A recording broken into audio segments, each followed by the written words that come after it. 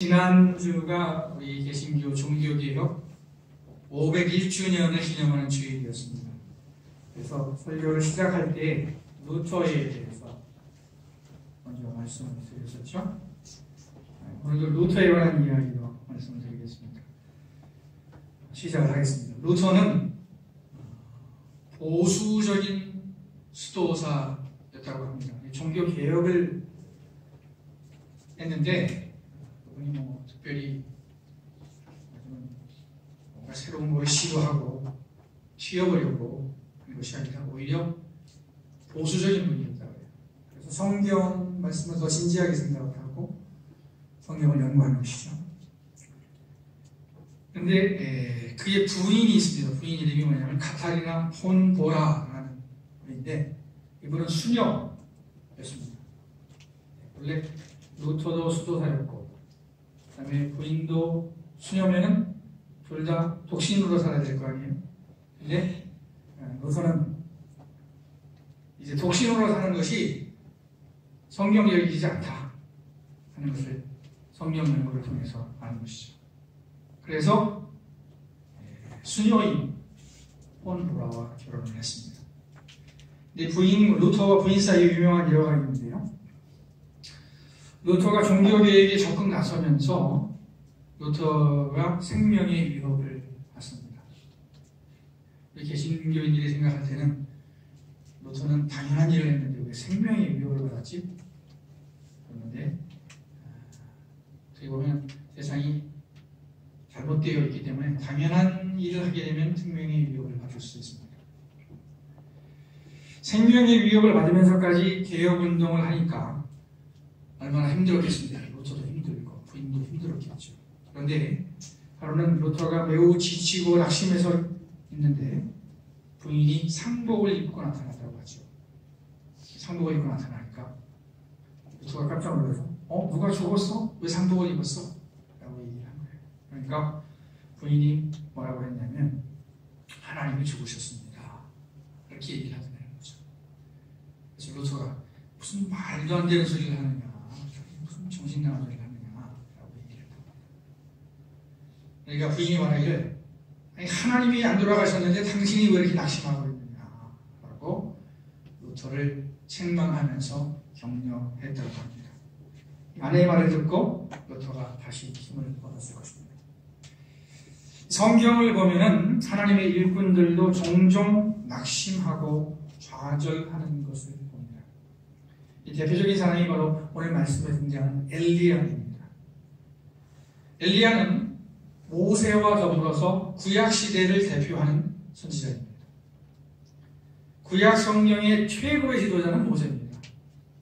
그런데 신약 복음서를 보면은 예수님께서 한 높은 산에 올라가셨을 때 예수님의 모습이 변모하죠. 변모합니다. 변모하고 그 옆에 누가 있었냐면 제자들이 보니까 모세와 엘리야가 있었다 그랬습니다. 이 얘기는 모세하고 엘리야하고 동급이라는 얘기예요. 그만큼 중요한 인물입니다. 엘리야가 중요한 인물입니다. 엘리야가 중요한 것은 북이스라엘에 무너진 여호와의 제단을 다시 쌓기 때문입니다. 엘리야 선지자는 갈멜산에서 바알 선지자들 그리고 아세라 선지자들과 대결을 벌이죠.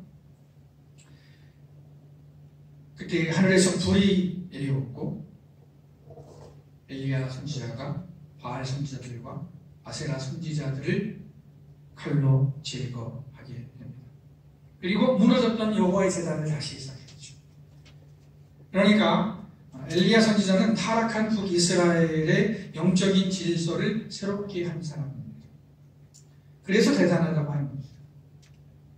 그래서 제2의 모세라고 할 수 있는 것이죠. 모세는 이스라엘 백성들을 애굽에서 이끌어내서 율법을 주고 그들로 하여금 하나님의 백성이 되게끔 했습니다. 가나안 땅에 들어온 다음에 그 모세의 율법이 잊혀지고 여호와 하나님이 잊혀졌을 때에 엘리야가 나서서 다시 그 무너진 제단을 쌓은 것이죠. 그런데 오늘 말씀을 보면은 엘리야의 다른 면모를 볼 수 있습니다. 그렇게 대단했던 엘리야가 이세벨을 두려워해서 도망가는 것입니다. 이세벨은 아합의 아내로서 시돈 왕의 딸이었습니다.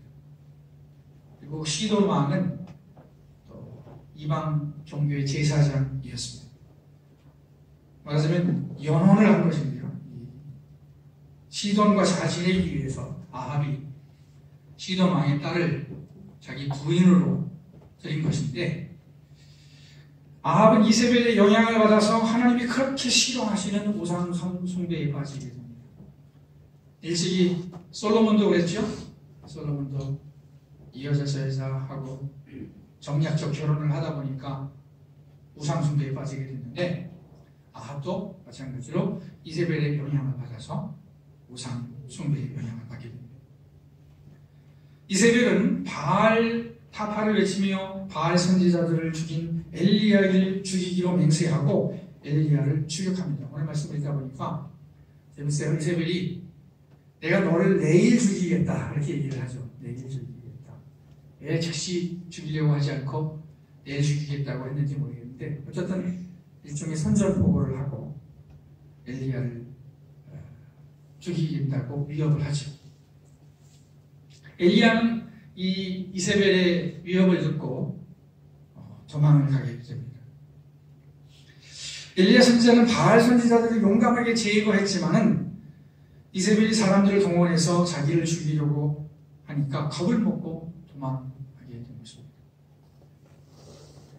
그 대단했던 엘리야의 모습은 언제나 없고 겁쟁이 엘리야가 된 것 같은 그런 상황입니다. 엘리야는 부엘 새벽까지 부지런히 도망을 합니다. 엘리야가 바알 선지자들과 대결을 벌였던 것은 이스라엘 북쪽입니다. 갈멜산이에요. 그런데 그 이스라엘 남단 최남단까지 부엘세바까지 엘리야가 걸어만 나살려라 하고 도망을 합니다. 지친 엘리야는 부엘세바에서도 안심을 못했는지 자기 수종드는 사람이 있었는데 그 사람을 말하자면 요즘으로 말하면 시내에 놔두고 자기는 혼자 광야로 들어갑니다. 그리고 너무 지쳐서 쓰러지죠. 그리고 죽기를 구합니다. 이제 하나님, 저 이제 다 된 것 같습니다. 저를 죽여주십시오. 그렇게 얘기를 합니다. 대단하던 엘리야의 모습은 간대였고 한 나약한 인간의 모습을 보여줍니다. 제가 고등학교 2학년 때 제가 다니는 교회에 중고등부 회장을 했어요. 1년 만에 회장이 됐는데, 교회 열심히 다니니까 1년이 회장이 됐어요. 아무것도 모르는 상태에서 회장이 된 거예요. 그 상태에서 2학년 때 청계산 기도원에 갔어요. 그때는 우리 여자 선배들이 밥을 해줬습니다. 고등학교 3학년 여자 선배들이 밥을 해주고 남학생들은 뭐 풀을 떼고 그러면서 이제 우리 수련을 했어요. 목사님, 우리 지도 목사님 한 분 계셨고 또 강사 목사님이 한 분 오셨습니다. 이분 목사님이 자기의 어떤 경험을 얘기하시면서 하나님의 능력의 대단함에 대해서 말씀을 하시더라고요. 성령의 능력에 대해서 부흥을 하셨는데 제가 그때 도전을 많이 받고 은혜를 받았어요. 근데 제가 이제 회장이다 보니까 그 목사님을 뭐 대접한다는 차원에서 이렇게 방에 들어가기도 하고 그랬는데, 그 목사님 방에 들어가서 보니까 뭐가 있었냐면, 정확한지는 모르겠는데 바카스인지 상어탕인지 뭐가 있었어요. 바카스였던 것 같아요. 제가 그 목사님이 바카스를 드시는 걸 보고 그 목사님 방에 바카스가 있는 것을 보고 실망했습니다. 아니, 그 대단한 능력을 말하는 목사님이 왜 바카스를 드실까? 어린 학생 마음에 인간이 이해가 전혀 안 된 거죠. 고등학교 2학년 아무것도 모르는 학생 마음에 그 능력의 종은 피곤하지도 않고 낙심하지도 않고 하나님이 함께 하시니까 아무 문제가 없을 것이다 생각을 했던 것 같아요. 엘리야도 한 약한 인간이었습니다. 그래서 스트레스를 받고 죽기를 구한 것입니다. 그 누구도 스트레스를 받을 수 있고 하나님의 사람도 스트레스를 받을 수 있다는 사실, 엘리야의 경우를 통해서 알 수가 있습니다. 한 인간이었던 엘리야는 자기 사명의 무게를 이기지 못하고 죽기를 원했습니다. 그러나 하나님은 엘리야에게 새로운 힘을 주셨습니다. 하나님은 천사를 보내셔서 지쳐 쓰러져 있는 엘리야에게 숯불에 구운 떡과 물 한 병을 주셨습니다. 하나님께서 지친 엘리야에게 떡과 물을 주셨다는 사실에서 세상, 우리 인간에게는 음식이 필요하구나 하는 것을 깨닫게 됩니다. 바리새인들은 세례 요한에 대해서 힐난하기를 미쳤다 그랬습니다. 왜 미쳤다 그랬냐면 세례 요한이 낙타포롯을 입고 석청을 먹었고 광야에서 주로 생활을 했기 때문에 저 사람은 미쳤다 그랬습니다. 하지만 예수님에 대해서 뭐라 하냐면 예수님이 소위 죄인들과 함께 먹고 마시시는 것을 보고 예수님에 대해서는 뭐라고 했냐면 예수님에 대해서는 죄인의 친구이고 먹기를 탐하는 자다 그렇게 비난을 했습니다. 그러나 하나님께서 엘리야에게 먹을 것을 주시면서 엘리야를 다시 일으키신 것을 보면 먹을 것이 중요하다 하는 사실을 부인할 수가 없는 것 같습니다. 물론 예수님은 광야에서 시험을 받으시면서 사람이 떡으로만 살 것이 아니요 하나님의 입에서 나오는 모든 말씀으로 살 것이다 라고 말씀을 하셨습니다. 그러니까 아무리 많이 먹어도 그렇죠? 또 하나님 말씀이 없으면 안 되는 것이죠. 종합하면은 우리에게는 육의 양식도 필요하고 영의 양식도 필요합니다. 다만 예수님께서 돌을 떡으로 바꾸어 먹으려는 마귀의 시험을 거부하신 것은 그것이 예수님을 조롱한 마귀의 시험이었기 때문입니다. 엘리야는 하나님이 천사를 통해서 공급해 주시는 떡과 물을 먹고 마십니다. 조금 위로가 됐을 거예요. 여러분도 스트레스 받으실 때 단 거 찾으시잖아요. 그죠? 단 거 드시면 조금 위로가 됩니다. 빵 한 조각이 먹으면 위로가 되죠. 엘리야는 하나님께서 주신 귀한 떡과 물을 마시고 다시 잠에 들게 됩니다. 잠도 굉장히 중요한 요소입니다. 우리가 지쳐있을 때 잠을 잠깐 자면 하게 되죠. 하나님은 다시 잠든 엘리야를 깨우셔서 다시 먹을 것을 공급해 주십니다. 그리고 엘리야는 하나님이 주시는 떡과 물을 먹고 힘을 내서 40주야를 걸어서 호렙에 이릅니다. 호렙이라는 신의 산을 얘기하는 건데 이거는 이제 국경을 넘은 거예요. 시나이 반도에 들어가게 된 것입니다. 그리고 호렙에서 하나님은 몇 가지 징조를 보여주시죠. 이 엘리야를 세우신 다음에 징조를 보여주시는데 아주 광풍을 보여주십니다. 바람이 확 붑니다. 그런데 하나님이 거기 계시지 않습니다. 또 지진을 보여주십니다. 지진이 나세요. 거기도 하나님이 안 계세요. 그리고 불을 보여주십니다. 불이 임했는데 거기도 하나님은 안 계세요. 갈멜산에서는 불로 하나님이 임하셨는데 임하시지 않으셨습니다. 그런데 그 불이 지나간 후에 미세한 소리가 들렸다 그랬습니다. 그리고 하나님의 임재를 느낄 수가 있었습니다.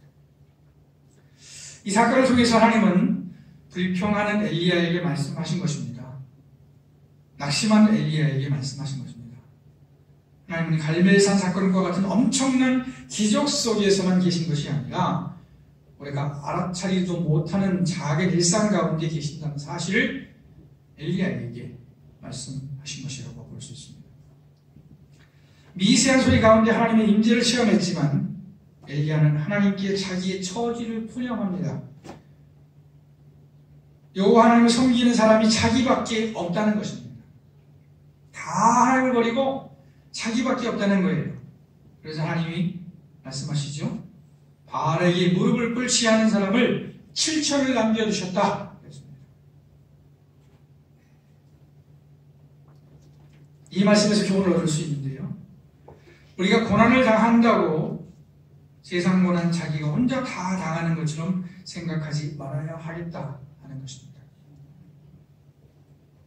고난을 당할 때 고난이 세 가지로 오는 것 같아요. 첫째, 고난 자체, 그리고 고난 당하는 것에 대한 따르는 나의 생각,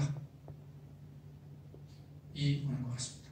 우선은 예를 들어서 암이 걸렸다. 암 환자들은 그렇게 반응한다고 합니다. 첫째, 암에 걸리면 부정한다고 해요. 암 아니야, 나 부정해. 암 아니라고 합니다. 그리고 이제 암이라는 게 확실히 이름으로 분노한다고 합니다. 네, 분노한다고 해요.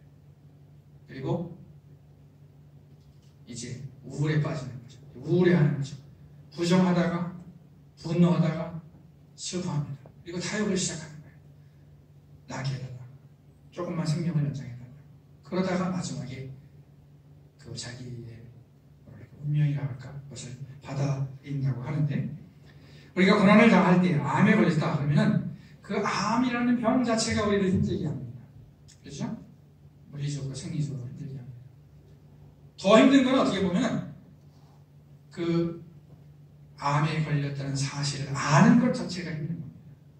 그래서 어떤 분들이 암에 걸려서 갑자기 돌아가시는 분들이 있는데, 물론 암 자체 때문에 돌아가시기도 하지만 암에 걸려서 나에게 희망이 없다 하는 생각 때문에 더 빨리 돌아가시는 겁니다. 그리고 오늘 말씀에 보면 엘리야와 같이 왜 다른 사람은 고난을 당하지 않고 평안한 것 같은데 나만 당하느냐 하는 생각으로 또 고난을 당합니다. 남들은 다 편하게 살고 행복하게 사는 것으로 보입니다. 나만 불행한 것으로 보입니다. 그래서 더 괴롭습니다. 그러나 많은 사람들의 이야기를 들어보면 고난이 없이 사는 사람은 거의 없습니다. 예. 어떤 사람은 돈이 없어서 고난이고 몸이 약해서 고난이고, 또 어떤 사람은 돈이 많은데도 고난을 당하고 있습니다. 따라서 고난 당할 때 슬퍼하게 되고 분노하게 되고 인상 쓰게 되지만 세상에는 나보다 더한 고난을 당하는 사람들도 많다는 사실을 기억할 필요가 있겠습니다. 하나님은 우리가 고난 당할 때 우리를 불쌍히 여기시고 위로하시고 다시 새 힘을 주십니다. 성경에서 몇 가지 예를 들겠습니다. 우선 모세를 예로 들어보겠습니다. 모세는 이스라엘을 구원한 이스라엘의 영웅이었지만은 개인적으로 볼 때 고난을 많이 당한 사람입니다. 모세는 태어나서 죽을 위기에 처했죠. 그러나 어머니가 아들을 죽일 수 없어서 아들을 갈대 상자에 넣어서 나일강에 띄웁니다. 그 어렸을 때 기억이 굉장히 중요하다고 하는데, 이때 말하자면 모세는 큰 상처를 받고 트라우마를 갖게 됐을 것입니다. 모세는 장성에서 애굽 사람을 쳐 죽이고 광야로 도망가서 40년을 삽니다. 그리고 80세에 하나님의 부르심을 받습니다. 모세는 이스라엘 백성을 이끌고 가나안 땅으로 향하게 됩니다. 그러나 60만이 넘는 군중들을 이끌고 가나안으로 가는 길은 결코 쉽지 않았습니다. 지난 화요일날 우리 평곡교회 목사님 장로님들이 청남대라는 곳에 갔어요. 청남대 구경을 잠깐 갔다 왔는데 거기가 마침 뭐 축제 기간이더라고요. 국화 축제를 해서 원래 예배를 드리려고 했던 그 장소에서 예배를 못 드리고 우리 평북로의 목사님 장로님들이 잠깐 우왕좌왕했습니다.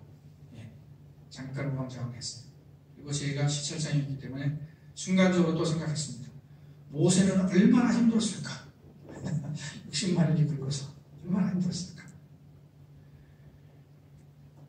이스라엘 백성들이 위기를 만날 때마다 모세를 돌로 쳐 죽이려고 했습니다. 모세의 아들들의 이름을 보면 그의 고난을 알 수 있습니다. 모세의 첫째 아들의 이름은 게르솜입니다. 나그네라는 뜻입니다.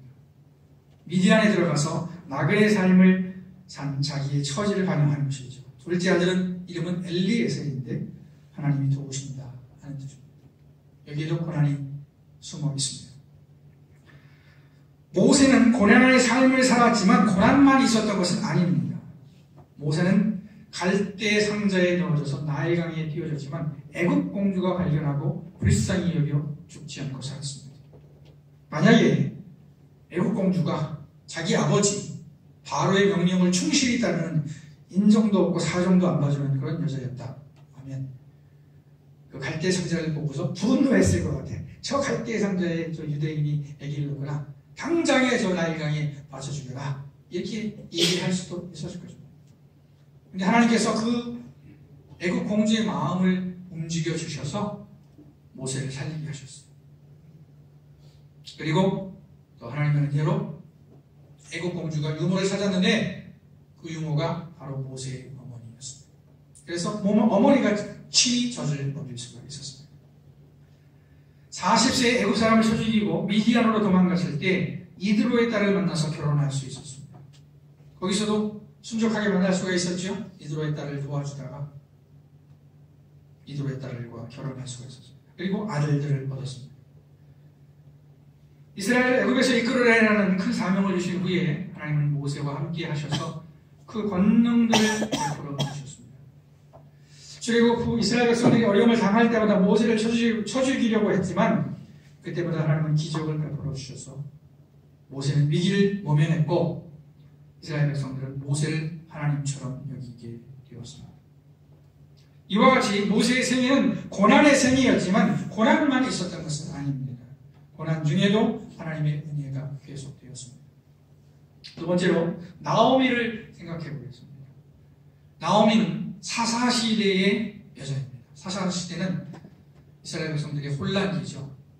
자기 백성들이 제 마음대로 행했던 그런 시대인데 이스라엘 기근이 심해서 나오미가 남편과 함께 모압으로 이주하게 됩니다. 이스라엘 이 남동쪽에 있는 남동쪽이라니까 동쪽에 있는 땅이 모압인데 이주하게 됩니다. 근데 처량하게도 정말 불쌍하게도 남편이 거기서 죽습니다. 나오미 남편이 죽고 아들 둘도 죽습니다. 그리고 며느리만 남죠. 여자 셋만 남은 겁니다. 나오미는 천하의 불쌍한 과거가 됐어요. 하지만 둘째 며느리 나오미를 따라서 이스라엘로 돌아오게 됩니다. 나오미는 며느리들에게 미안해서 자기를 떠나라고 말하지만 둘째 며느리는 자기 고국 모압을 버리고 외국인 이스라엘로 오게 됩니다. 그리고 베들레헴에 돌아와서 나오미와 룻은 보아스라는 좋은 유력자를 만나게 됩니다. 유력자라는 것은 이제 부자 리더십이 있는 사람이라는 얘기죠. 보아스는 나오미의 남편의 기업을 물어주고 나오미의 며느리 룻을 거둬들입니다. 나오미의 남편과 아들들이 모두 죽었을 때 나오미는 하늘이 무너지는 줄 알았을 것입니다. 그러나 하나님 룻의 마음을 감동시키셔서 불쌍한 과부 시어머니 나오미를 따르게 하셨고 또 베들레헴의 유력자 보아스의 마음을 움직이셔서 룻과 나오미를 불쌍히 여기게 하신 것입니다. 마지막으로 생각할 사람은 사렙다 과부입니다. 사렙다 과부의 남은 재산은 곡식 한 줌과 기름뿐이었습니다. 부자도 아니었고 과부였고 기근 시기였기 때문에 먹을 것이 없었죠. 사렙다 과부는 모든 것을 포기하고 이제 남은 가루와 기름으로 떡 한 번 해먹고 죽으려고 했습니다. 그러나 하나님은 사렙다 과부에게 엘리야를 보내셔서 가뭄이 끝날 때까지 가루와 기름이 떨어지지 않는 기적을 베푸십니다. 엘리야가 떡 좀 달라고 하죠. 어떤 사람들은 엘리야가 그 떡을 사달라고 생각한 것처럼 말한 것처럼 생각하는 사람들도 있는데 그렇지 않고 떡 조금만 달라고 합니다. 네, 나한테 먹을 조금만 더 줘라. 그리고 먹어라. 그렇게 얘기하죠. 이와 같이 성경의 여러 인물들을 보면은 말할 수 없는 고난을 당했지만 그 중에도 하나님의 도우심을 받고 그 고난을 이겨내는 것을 볼 수 있습니다. 고난을 당할 때 힘들고 지칩니다. 그래서 엘리야처럼 이제 모든 것을 포기하고 죽고 싶은 마음이 들 수 있습니다. 그러나 하나님은 우리에게 조용히 다가오셔서 우리를 위로해 주십니다. 그리고 새로운 은혜를 베풀어 주십니다. 따라서 어떤 어려움을 당할 때 그 어려움만 보면 곤란합니다. 여러 목사님들이 늘 반복적으로 하시는 말씀이죠. 어려움을 당할 때 그때에도 하나님은 여전히 살아계시고 하나님 우리를 도와주신다라고 말씀을 하는데 우리가 그 말씀을 기억할 필요가 있겠습니다. 어려움을 당할 때 나의 힘만으로 그 어려움을 극복하려고 하면 정말 힘들 겁니다. 그러나 하나님이 살아계시고 하나님의 능력은 무한하시고 하나님이 나를 도우시고 또 내 문제를 해결해 주실 것이라고 믿을 수 있다면 어떤 어려움 속에서도 좌절하거나 낙망하지 않고 승리할 수 있을 것입니다. 아까 모세를 말씀드렸는데 이스라엘이 이제 애굽에서 출발해서 홍해에 이르렀을 때 뒤에서 애굽 군대가 추격해 오죠. 이 상황은 하나님께서 미리 일부러 연출하신 상황입니다. 다른 길도 있었는데 하나님이 이스라엘 백성들로 하여금 홍해 앞에 이르게 하셨어요. 그리고 애국 군대로 하여금 추격하게 하셨어요. 정말 진퇴양난이죠. 딜레마입니다. 그 상황에서 이스라엘 백성들이 출애굽 한 이후에 최초로 원망을 시작을 합니다. 왜 우리를 데리고 와서 이 상황을 만들었느냐? 우리가 죽을 데가 없어서 여기서 죽게 하느냐라고 원망을 합니다. 그때 모세가 뭐라고 합니까? 너희는 가만히 있어라. 이렇게 얘기합니다. 가만히 있어라. 하나님께서 오늘날 너희를 위해서 하시는 일을 보라라고 말합니다. 우리는 살기 위해서 부단히 애를 씁니다. 그러나 우리의 힘으로 할 수 없는 일을 만날 때가 있습니다. 그때 어떻게 해야 하겠습니까? 이스라엘 백성처럼 원망하고 저주해야겠습니까? 아닙니다. 하나님의 개입을 기다리며 하나님께서 일하시는 것을 기다려야 할 것입니다. 그리고 선포해야 됩니다. 하나님께서 역사하실 것이라고 선포해야 됩니다. 구약 성경을 읽다 보니까 제가 중요한 사실을 하나 발견했는데 그것은 뭐냐면 하나님께서 하나님의 사람들의 말을 성취하신다 하는 것입니다. 예를 들어서 엘리사 때에 사마리아 성이 먹을 것이 떨어졌을 때 그 사마리아 왕이 엘리사를 죽이겠다고 했죠. 그때 엘리사는 내일이면 그 곡물 가격이 폭락할 것이다 라고 예언을 했습니다. 그리고 그대로 이루어졌어요. 그래서 그런 어떤 말씀들을 보면서 제가 하나 발견한 사실이 있는데 그것은 뭐냐면 하나님의 종들이 어떤 말을 선포할 때 하나님께서 그것을 이루신다 하는 것입니다. 모세의 경우도 그랬습니다. 모세가 하나님께서 구원하실 것이라고 믿음으로 선포했을 때 하나님께서 그의 선포를 이루어 주셨습니다. 물론 하나님께서 다 이 상황을 연출하신 것이지만 모세의 선포가 있었고 그 선포 후에 하나님의 기적이 나타났습니다. 따라서 우리가 해결할 수 없는 일을 만났을 때 하나님께서 해결해 주실 것이라고 믿음으로 선포하고 하나님의 도우심을 기다릴 수 있어야 합니다. 탈진한 엘리야를 위로하시는 하나님께서 오늘 예배 참석하신 여러분을 위로해 주시고 힘 주시기를 축원합니다. 하나님께서 여러분에게 신령한 떡을 공급하시고 신령한 음료를 공급하시기를 축원합니다. 하나님께서 공급하시는 신령한 떡과 음료를 마시시고 먹으시고 힘을 내시기 바랍니다. 또 예수님 말씀하기를 내가 참된 떡이요 내가 참된 음료라고 말씀하셨습니다. 예수 이름으로 승리하시길 축원합니다. 아멘. 기도하시겠습니다.